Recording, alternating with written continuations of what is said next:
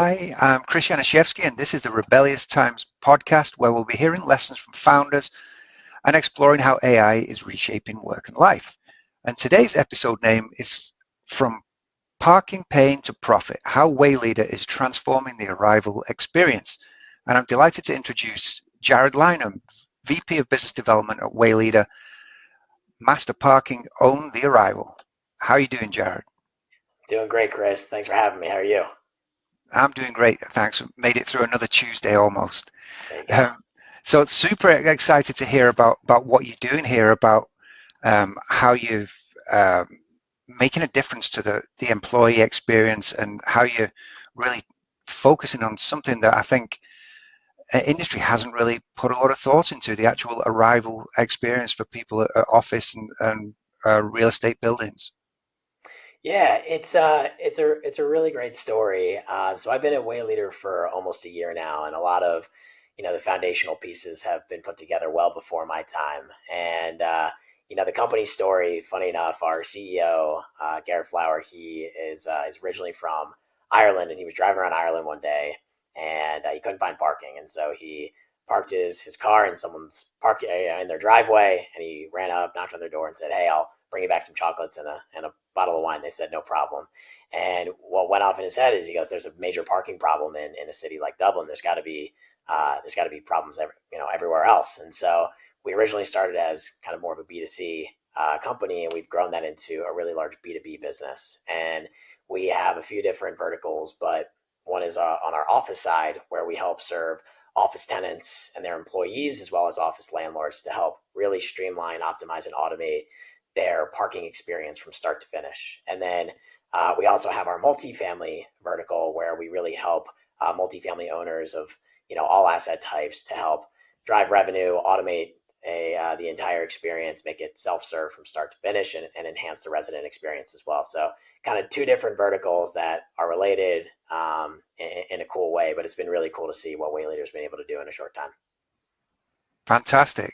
That's really interesting. And I'd love to also hear your journey, because obviously you're leading the multi-family vertical for Wayleader. But how did you? What was your career path? How did you end up with Wayleader? Sure. Yeah. So it's a kind of serendipitous journey.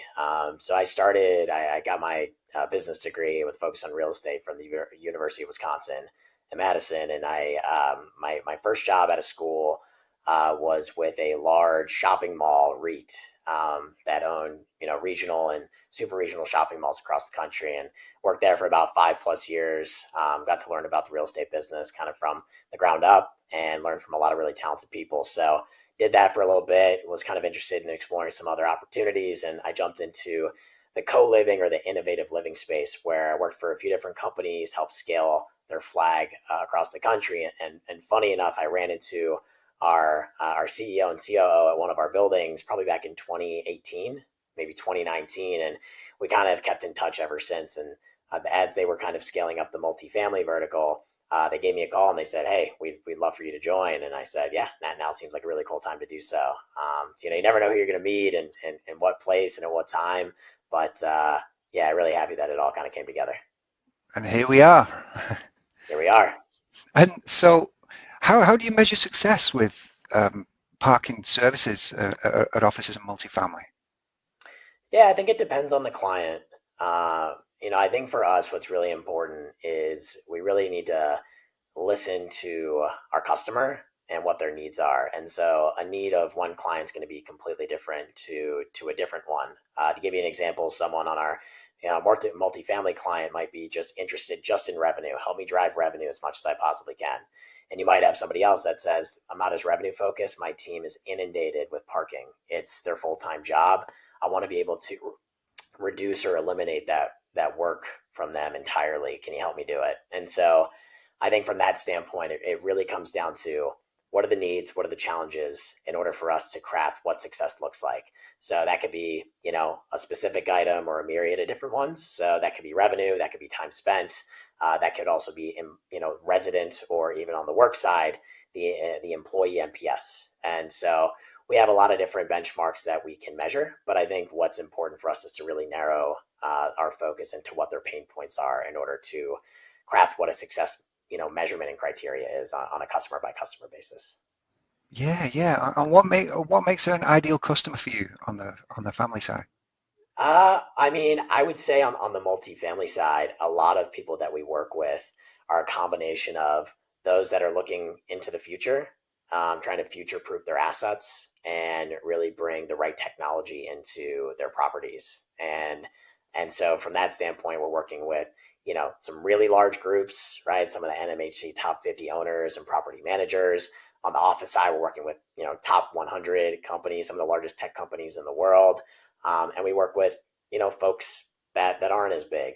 And so I think from that standpoint, I can talk more specifically on the multifam side is really making sure that we can deliver a unified experience, an end-to-end self-serve unified experience where once we do that, we can really pull levers within our dashboard in order to drive value. And again, that could be around revenue, that could be time spent, that could be resident retention. There's a lot of different things that we can look at, but success, yeah, it's always something we're striving for. Yeah, and I think you described this to me as an enabling landlords and owners of parking lots to actually convert these sleeping assets into revenue generating operations. Yeah, I think it's a fun term to say because one, I think parking isn't the sexiest word, and if anything, when people bring up parking when you leave the house or you need to go downtown, parking is actually typically a very negative word, right? And what we're doing is taking the pain out of that entire parking and arrival process. Now, when I speak to some of our clients, they're trying to all find ways, especially in the current environment, is how can I drive revenue, right, with the asset that I have? And a big sleeping giant that's there is their parking lot. And so they can, maximize value in a lot of different ways, whether it be, are we pricing it correctly? Can we come up with a more customized space program? Do we want it to open up to guests? Do we want to open it up to transient folks?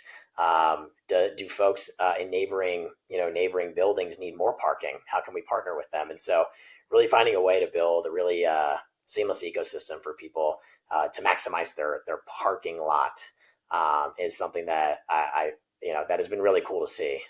It's something that our clients are really excited about. Super cool. Parking is something that, coming from England, is one of the little things that we see as a difference between the US and the way that the UK operates. So I live in Texas, I live in Austin, and it's not that difficult to find parking. And if you were to park in a parking lot that says you're not supposed to park here for a while, you'll probably get away with it. If you leave it on the street and you've kind of not paid the machine, you'll probably get away with it for a while. In Manchester in England, you maybe get away with it for a minute, maybe 2 minutes.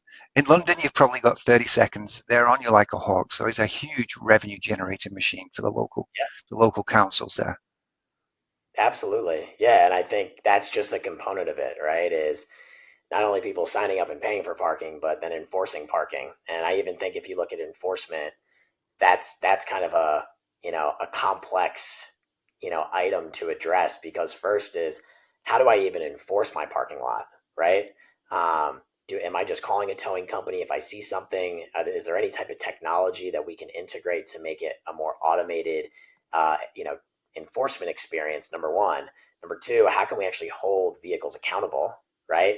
And the third is how do I not have to do as much work if I'm the individual that's managing that parking lot? And so something that I think is really cool about our multifamily product is we have solved that end to end, and it starts with access control, right?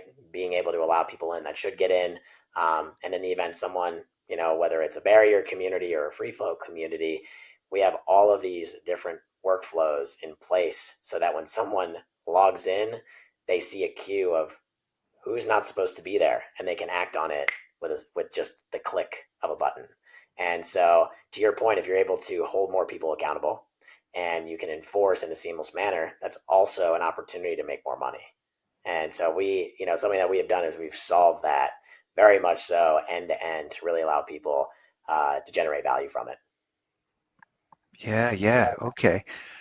Do you actually replace or install a lot of new infrastructure, physical infrastructure to be able to manage these parking lots, or is it mostly software based and permissions So based? Yeah, so we're obviously, we're the software provider, and that's, a place that we always like to make it known, which is where we stand in the equation. But we do have a lot of partners that we do work with, that are more, that are on the hardware side, or if they're on, specific barriers need to be involved. But we do have some things, of course, as Way Leader from an access standpoint.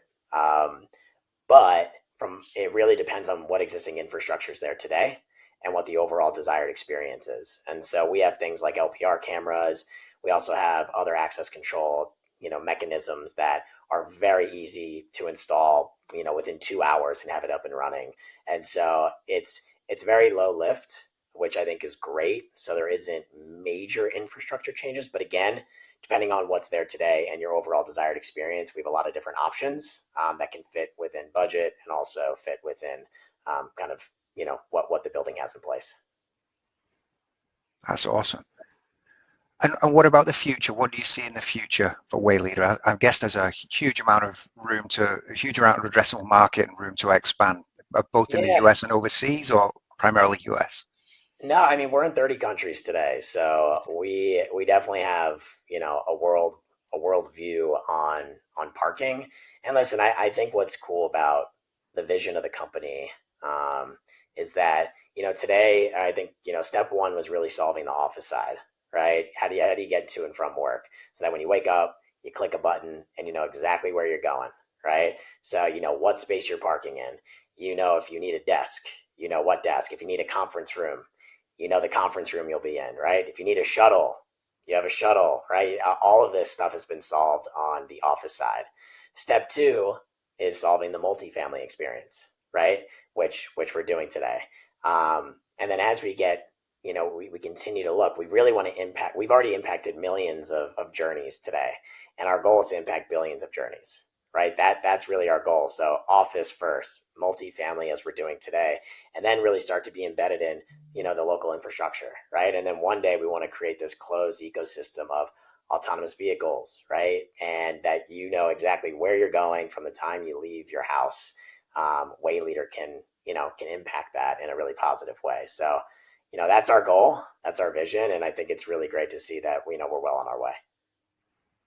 Fantastic. Well, I love what you're doing here, Jared. You've got some great customers there as well. I've seen on the site you've got some really big brands on there, so you must be doing something right. Um, so it's probably a good time to park it here and say thank you very much. Um, and yeah, I'll check in with you after the podcast, and look forward to catching up with you soon. Absolutely. Thanks, Chris. Thanks for having me. All Appreciate the it. best. Thank you.